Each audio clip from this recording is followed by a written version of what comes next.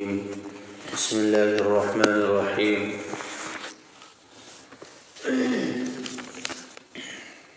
افمن حق علیہ کلمۃ العذاب افانت تنقذ من فی النار لكن الذين اتقوا ربهم لهم غرف من فوقها غرف مبنية تجري من تحتها الانهار وعد الله لا يخلف الله الميعاد۔ کیا وہ شخص جس کے اوپر عذاب کی باتیں سچی ثابت ہو چکی ہیں، کیا آپ اس شخص کو نجات دلا سکتے ہیں جو جہنم میں چلا گیا ہو؟ لیکن وہ لوگ جو اپنے رب سے ڈرتے ہیں ان کے واسطے بالا خانے ہوں گے، اور بالا خانوں کے اوپر بالا خانے بنے ہوں گے، ان کے نیچے سے نہریں جاری ہوں گی، اور یہ اللہ کا وعدہ ہے، اور اللہ تعالیٰ اپنے وعدے کے خلاف کبھی نہیں کرتا۔ پچھلی آیات میں اللہ تبارک و تعالیٰ نے اپنے نیک بندوں کا ذکر فرماتے ہیں کہ جو لوگ شیطان کی عبادت سے اپنے آپ کو بچاتے ہیں اور اللہ تعالیٰ کی طرف رجوع ہوتے ہیں، ان کے لیے خوشخبری ہے، بشارت ہے کہ وہ جب قرآن کریم کو سنتے ہیں تو اس کی اچھی باتوں پر عمل کرتے ہیں۔ یہی وہ لوگ ہیں جن کو اللہ نے ہدایت دی ہے، اور یہی وہ لوگ ہیں جو عقل مند ہیں۔ اس کے بعد پھر اللہ تعالیٰ اہل ایمان کا اہل کفر سے تقابل فرماتے ہیں کہ ایک شخص وہ ہے جس کے اوپر عذاب کی بات سچ ثابت ہو چکی ہے، یعنی کلمہ کفر کی وجہ سے، ان کی بدعمالیوں اور ان کے کفر و شرک کی وجہ سے جس شخص کے اوپر عذاب کی باتیں سچی ثابت ہو چکی ہوں اور اس شخص کے لیے جہنم میں جانا طے ہو چکا ہو، تو کیا آپ اس شخص کو جہنم سے نکال سکتے ہیں، یا آپ اس شخص کو جہنم سے نجات دلا سکتے ہیں؟ ایسا ہرگز نہیں ہو سکتا۔ لیکن ہاں، جو اپنے رب سے ڈرنے والے ہیں ان کے لیے بڑی نعمتیں ہیں۔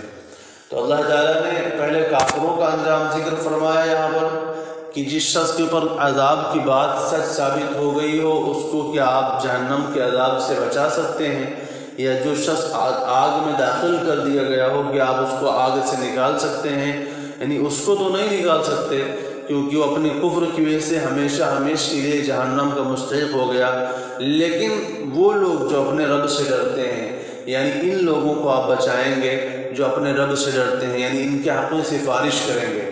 تو اپنے رب سے ڈرتے ہیں یعنی اللہ تعالیٰ کے احکامات پر عمل کرتے ہیں، اپنے رب کی ذات کو استحضار کرتے ہوئے، اپنے رب کو دل میں رکھتے ہوئے، اور اس بات کو سمجھتے ہوئے کہ ہمارا رب ہر حال میں ہمیں دیکھ رہا ہے، وہ لوگ اپنے رب سے ڈرتے ہیں۔ تو ایسے لوگوں کے لیے، یعنی جو اپنے رب کے ڈر کی وجہ سے اس کے گناہوں سے، اس کی نافرمانی سے بچ جاتے ہیں اور نیکی کے کام کرتے ہیں، فرماتے ہیں کہ ان کے لیے بالا خانے ہوں گے جنت میں، اور بالا خانوں کے اوپر بالا خانے ہوں گے، یعنی تہ بتہ منزلیں ہوں گی جنت کے اندر۔ چنانچہ رسول اللہ صلی اللہ علیہ وسلم فرماتے ہیں کہ جنت میں کچھ گھر ایسے ہیں، ان فی الجنت بیوتا یرا ظہورها من بطونها وبطونها من ظہورها، کہ جنت میں کچھ ایسے گھر ہیں جو موتیوں کے بنے ہوں گے، ہیرے کے بنے ہوں گے، اور ایک ہیرے، یعنی اس میں ایسا نہیں کہ الگ الگ موتی ہے، ایک ہی ہیرا یا ایک ہی موتی اتنا بڑا ہوگا کہ اس کے اندر پورا گھر تیار ہوگا، اور اس کے اندر کا حصہ باہر سے نظر آ رہا ہوگا، باہر کا حصہ اندر سے نظر آ رہا ہوگا۔ صحابہ کرام نے پوچھا، اے اللہ کے رسول، یہ کس کے لیے ہیں؟ یعنی یہ جنت کے جو بالا خانے ہیں یہ کس کے لیے ہیں؟ تو رسول اللہ صلی اللہ علیہ وسلم نے فرمایا، لمن اطاب الکلام، جو بات اچھے انداز میں کرے، یعنی ترشروئی نہ دکھائے، ہر وقت کھڑپن نہ ہو، غرور تکبر باتوں میں نہ ہو، بلکہ بات جب کرے تو نرمی سے بات کرے۔ لمن اطاب الکلام، عمدہ انداز میں بات کرے۔ وَأَطْعَمَ الطَّعَامَ، اور لوگوں کو کھانا کھلائے، یعنی غریبوں، مسکینوں، یتیموں کو کھانا کھلاتا رہے۔ وَصَلَّى بِاللَّيْلِ وَالنَّاسُ نِيَامٌ، اور رات میں اللہ کے لیے عبادت کرے جبکہ لوگ سو رہے ہوں۔ اور ایک روایت میں روزے کا بھی ذکر بڑھایا گیا ہے کہ جو شخص روزہ رکھتا ہے اس کے لیے بھی یہ چیزیں آتی ہیں۔ تو بہرحال اللہ تبارک و تعالیٰ نے اہل جنت کے لیے جنت میں بڑی نعمتیں اللہ تعالیٰ نے عطا فرمائی ہیں۔ ایک روایت میں آتا ہے کہ جنت میں کچھ گھر ایسے ہوں گے جو عام جنتیوں کو ایسے چمکتے ہوئے نظر آئیں گے جیسے کہ ستارے جو ہیں، آپ جو روشن ستارہ ہوتا ہے آپ اس کو زمین سے چمکتا ہوا دیکھتے ہیں۔ فرمایا اس کے اندر کون لوگ ہوں گے کہ جو لوگ نیکی، پھر اس کے بعد انہیں کی یہی صفات ذکر کی گئی کہ جو ہے لمن اطاب الکلام واطعم الطعام، کہ جو اچھی انداز میں بات کرے اور جو ہے کھانا کھلائے اور مسکینوں کی اور غریبوں کی حاجت روائی کرے، اور جو ہے لوگوں جب لوگ سو رہے ہوں تو اس وقت اللہ تعالیٰ کی وہ عبادت میں لگا رہے۔ تو صحابہ کرام میں سے بعض حضرات نے یہ پوچھا کہ بلکہ رسول اللہ صلی اللہ علیہ وسلم نے فرمایا اگر تم جو ہے گناہ نہ کرو تو اللہ تبارک و تعالیٰ تمہیں ہلاک کر دے گا اور تمہاری جگہ ایسے لوگوں کو لے کر کے آئے گا جو گناہ کرے گا، اور جو ہے پھر ان کو اللہ تعالیٰ ان کی بخشش کرے گا۔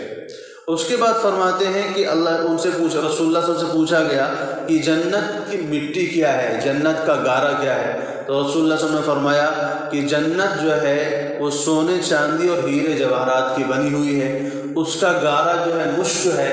اور اس کی مٹی زعفران ہے،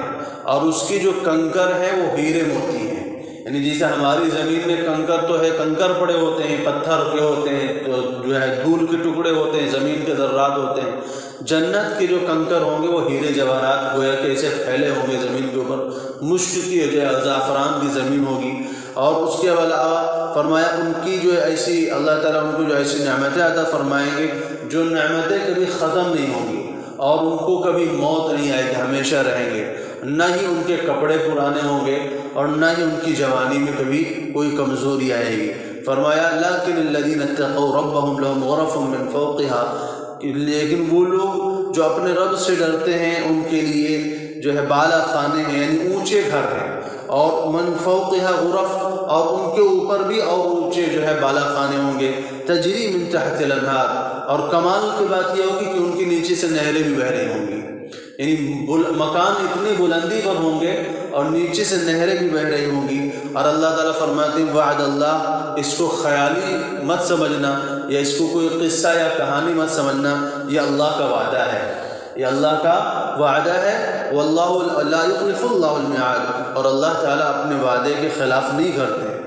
الم تر ان اللہ انزل من السماء ماء، اس کے بعد اللہ تعالیٰ ان آیتوں میں اپنی کچھ قدرت کی نشانیاں بیان فرماتے ہیں۔ کیا تم نے دیکھا نہیں ہے کہ اللہ تعالیٰ نے آسمان سے پانی برسایا ہے، فسلکہ ینابیع، پھر اللہ تعالیٰ نے اس کو جو ہے چشموں کی شکل میں جاری فرمایا ہے زمین میں، ثم یخرج به زرعا، پھر اللہ تعالیٰ اس کے ذریعے جو ہے غلے کو پیدا فرماتے ہیں، مختلفا الوانہ، جس کے مختلف رنگ ہوا کرتے ہیں، ثم یہیج فتراہ مصفرا، پھر اس کے اندر جو ہے اور بھی زیادہ بارونق ہو جاتے ہیں، پھر وہ پیلے ہو جاتے ہیں، ثم یجعلہ حطاما، پھر اس کے بعد اس کو چورا چورا کر دیا جاتا ہے۔ تو سب سے پہلے تو اللہ تعالیٰ نے بارش کے پانی کی نعمت کو ذکر فرمایا کہ انسان کے لیے پانی کی ہر وقت ضرورت ہے، انسان صبح سے لے کر شام تک پانی کا محتاج ہوتا ہے، تو پانی بھی اللہ تعالیٰ نے ایسا انتظام فرمایا ہے کہ اگر انسان کے حوالے کر دیا جاتا تو فرماتے ہیں انسان اس کی حفاظت نہیں کر سکتا تھا۔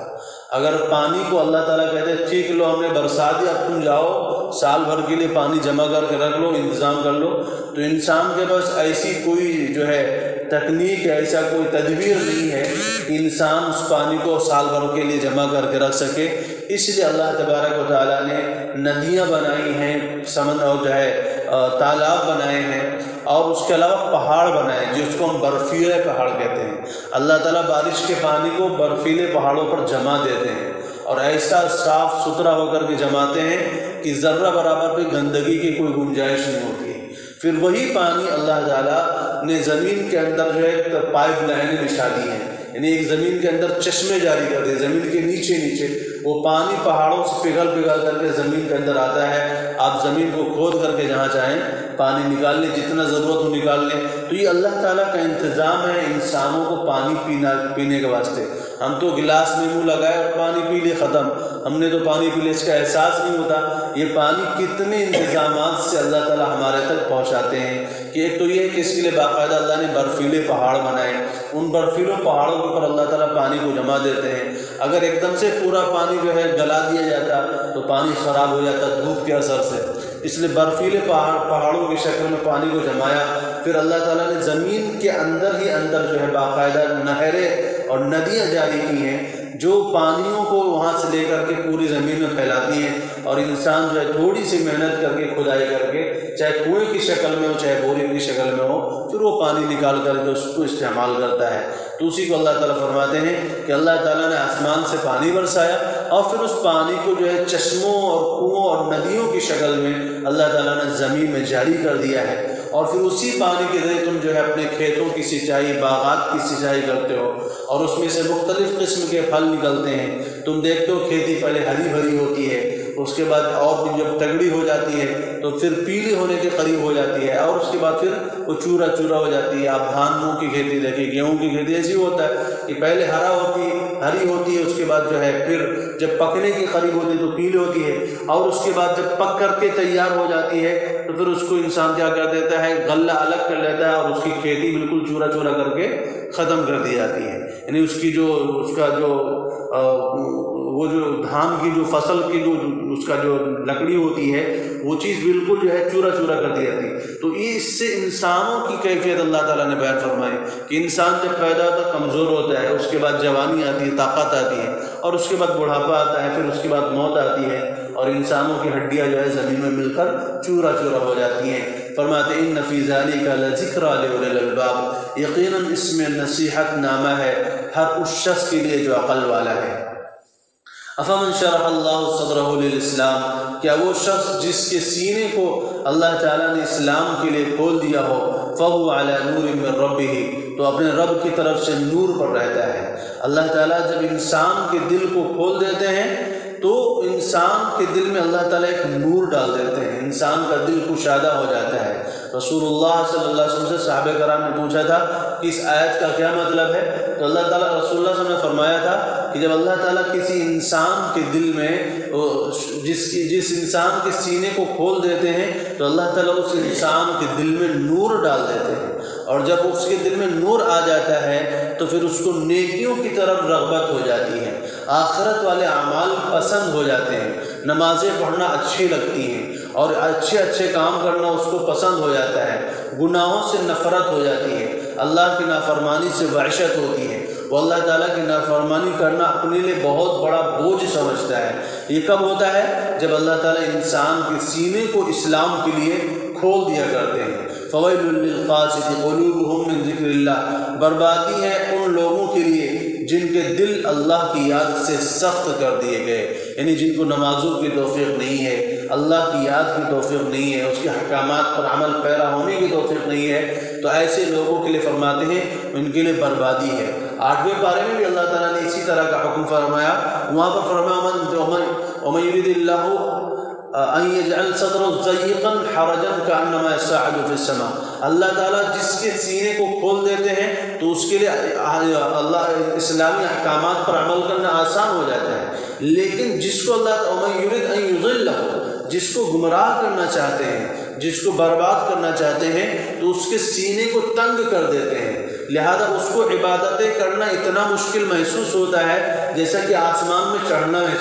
مشکل محسوس ہوتا ہے۔ انسان جو ہے آسمان میں چڑھنا بھی چاہے تو نہیں چڑھ سکتا، تو جس کو اللہ تعالیٰ گمراہ کرنا چاہتے ہیں اس کے دل کے اندر اتنی سختی ڈال دی جاتی ہے کہ کوئی بھی باتیں اثر نہیں کرتی ہیں، اور اس کو نیکیوں پر، دین کی باتیں، اچھی باتیں سننا، اس پر عمل کرنا اتنا ہی بھاری محسوس ہوتا ہے جتنا انسان کے لیے آسمانوں پہ چڑھنا بھاری محسوس ہوتا ہے۔ تو اسی لیے فرماتے ہیں فویل للقاسیۃ قلوبہم من ذکر اللہ، بربادی ہے ان دلوں کے لیے، بربادی ہے ان لوگوں کے لیے جن کے دل اللہ کی یاد سے سخت کر دیا